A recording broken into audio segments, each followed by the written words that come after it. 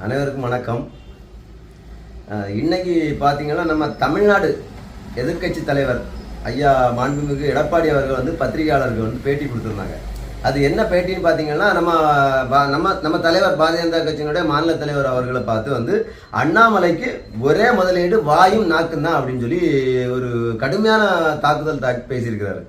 அவர் இன்னொரு காரணம் என்ன சொல்றாருன்னா, இந்த தமிழ்நாட்டுக்கு வந்து மத்திய அரசுகிட்ட பேசி அண்ணாமலை அவர் வந்து என்ன திட்டங்கள் கொண்டு வந்திருக்காருன்னு கடுமையான ஒரு பாய்ச்சலாக கேட்டிருக்கிறாரு. நான் முக்கியமாக அவரை பார்த்து கேட்குறேன், அண்ணாமலை அவர்கள் வந்து ஒரு மாநில பாரதிய ஜனதா கட்சியினுடைய மாநில தலைவர் மட்டும்தான்.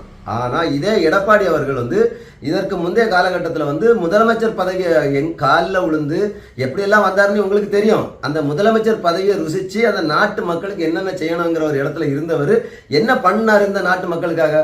இந்த நாட்டையும் நாட்டு மக்களையும் குடிகார நாடாக்கி பெண்கள் மேக்சிமம் பார்த்தீங்கன்னா விதவைகளாக்குனது தான் இவருடைய ஒரு முக்கியமான சாதனையாக திகழ்ந்துட்டு இருக்குது.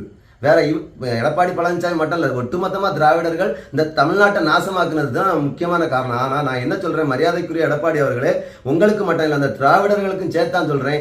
எங்கள் மாநில தலைவர் அவர்களுக்கு நீங்கள் ஒரு தடவை முதலமைச்சராக்கி பாருங்க, அவர் என்னென்ன திட்டங்கள் இந்த தமிழ்நாட்டுக்கு கொண்டு வர்றாரு, இல்லை நாட்டு மக்களுக்காக என்ன செய்கிறாரு. அதற்கு பிறகு அவர் கொண்டு வரல, இல்லை நாட்டு மக்களுக்கான திட்டங்கள் எதுவுமே இல்லை அப்படிங்கிறது இருந்துச்சுன்னா நீங்கள் கேள்வி கேளுங்க, நாங்கள் பதில் சொல்கிறோம். அந்த இடத்துக்கு நான் பதில் சொல்ல தகுதியாக இருக்கிறேன். ஆனால் அந்த வாய் இருக்கு நாக்கு இருக்குன்றதை நீங்கள் அதை பேசக்கூடாது.